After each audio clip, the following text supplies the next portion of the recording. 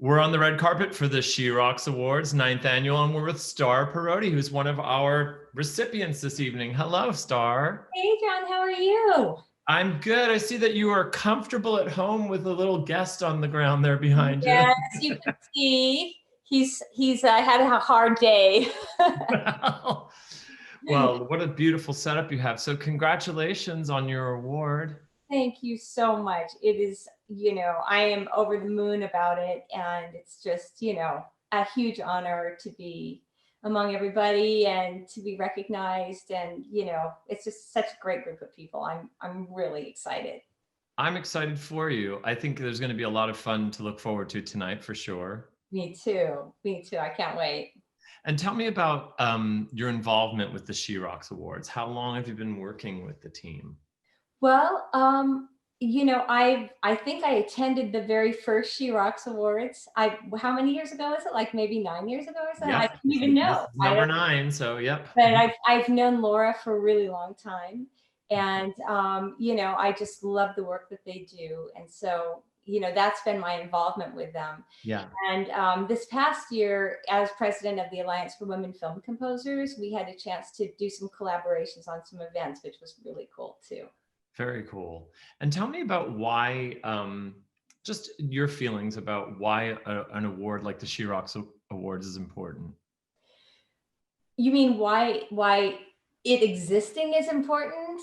Yes. Yeah, well, I'm glad that you asked that because I feel like there's just this group of women that has been lifting other women up, for a long time.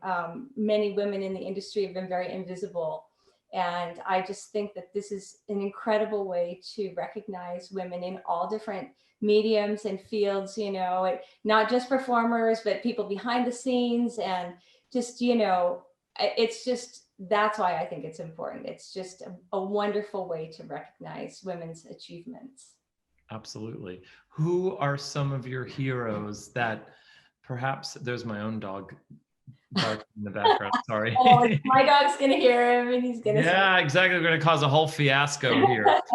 But who are some of your heroes in the industry that you looked up to? I mean, obviously you play keyboards. I'm sure you play other instruments as well, but were there people that you really aspired to when you were, coming up as a musician? Oh my gosh. Well, I mean, so many of my heroes are composers, but I would say that some of my heroes I've had a chance to meet, which was really amazing. Maya Angelou is one of my heroes. Wow. I just feel like she's her way of expressing herself.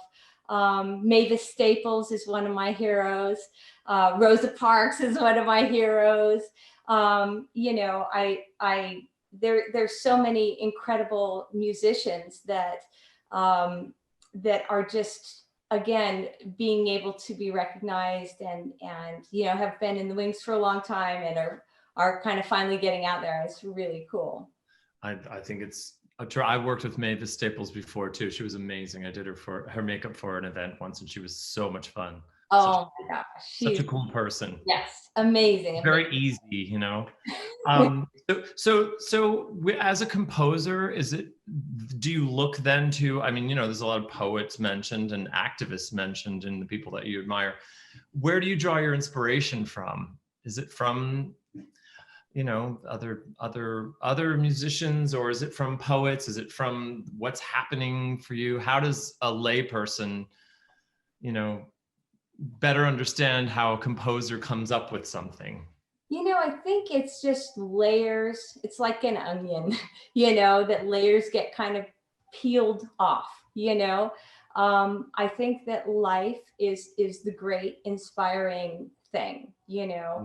And I feel like, I've been listening to all kinds of music for, my whole life. So I love, I love film scores, obviously, and Morricone, and, I love Desplat's work. I love Giacchino's work. I love Laura Karpman's work and Lolita Ritmanis's, I mean, there's so many wonderful, wonderful people that are writing music right now and that have been, have come up.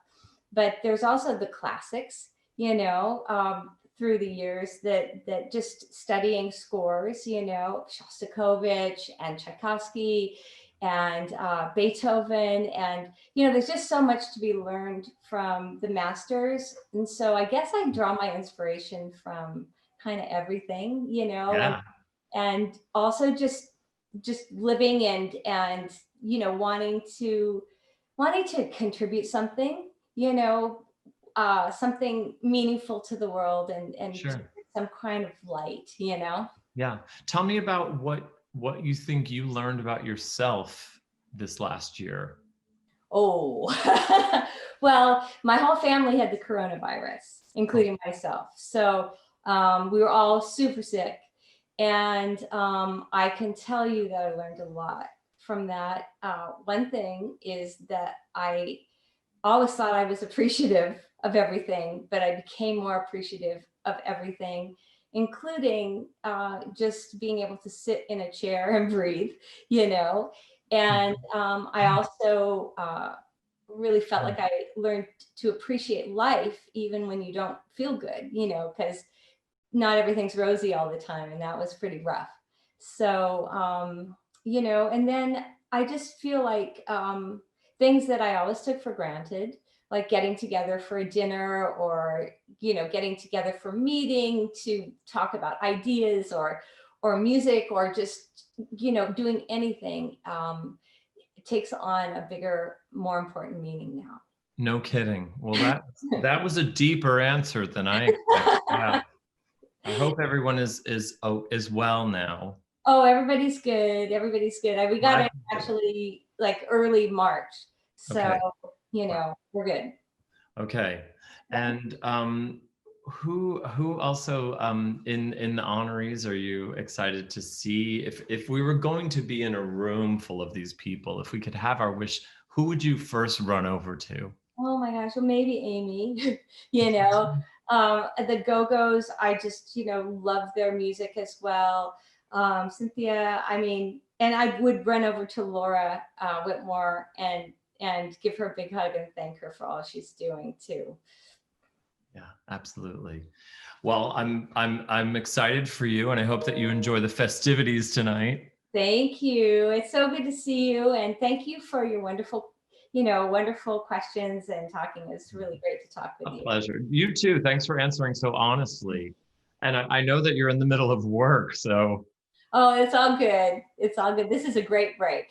I'm so glad though. But I love your setup too, because it really it feels like we're, about to, like, the stage is going to open up and we're going to have some kind of a concert. So Oh man, well, this piano is really special. It's a 1928 Steinway B, and it's rumored it still has the MGM soundstage tag on it, and it's rumored that The Wizard of Oz was recorded on it. holy cow. So I know. So it's like my baby, Well, and I'll say, oh boy, we will not disclose your location. That's incredible. isn't that Wow. cool? Yeah, that is cool, especially with all the work that you've done. I mean, you're very peppered throughout the industry, and in many ways, like being sort of on stage with Arsenio, like being a personality that's part of, you know what I mean? And then also as your work that you're doing with composers and scoring. And I think you've had such a nice career that it's inspirational to others to see how many ways you can do a career. Oh, thank you so much. Yeah, I mean, I think being open, and just there's so many gifts that have come to me just because I didn't say no and put up a wall. So, I'm really, really grateful to be able to do the things I'm doing. Well, congratulations and enjoy the ceremony tonight. Thank you so much.